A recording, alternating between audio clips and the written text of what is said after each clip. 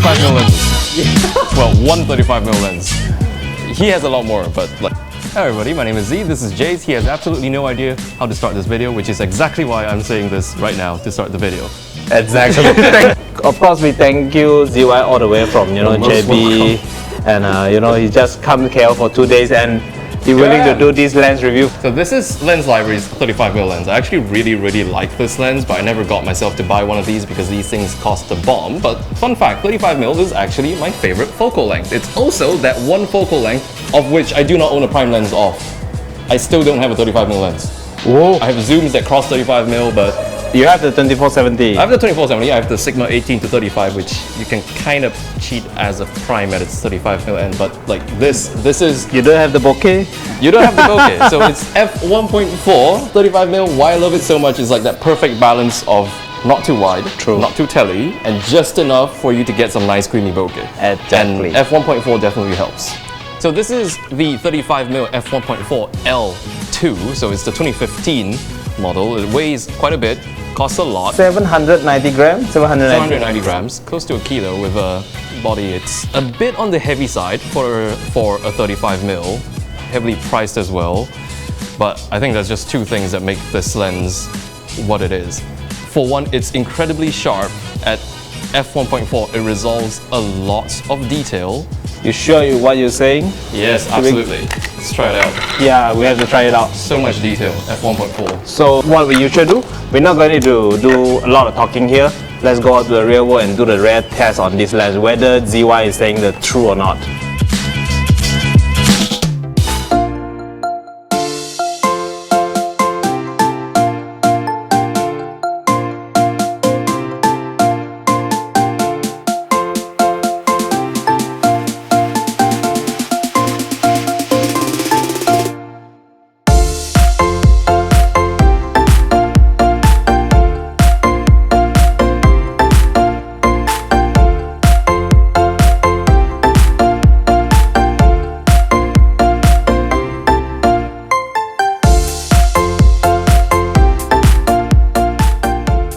Thank you, Winnie from CO3 to do this help for us, test out this lens. Thank you.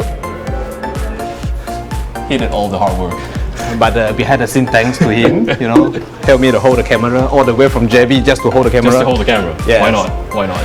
So, paise in Malaysia we call it. So I think when shooting with it, one of the first things you'll notice right off the bat how this lens sets it apart from the other 35mm lens is how blazing fast the autofocus on this thing is. True. It just like snaps right in, unlike the ones that kind of creep in. And at f1.4, a good autofocus really saves your day. Yes, and the center sharpness, even up to the corner sharpness is all good.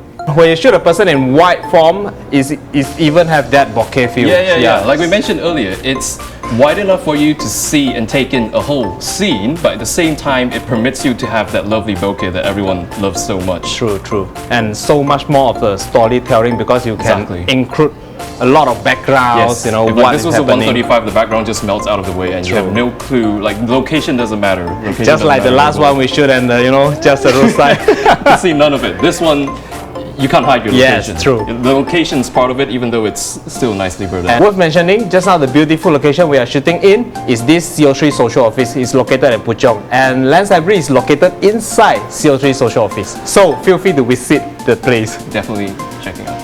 Yeah, like the usual one, the full review is not by me, but by you. So feel free to drop by Lens Library and test this top of the line L glasses 35mm from Canon.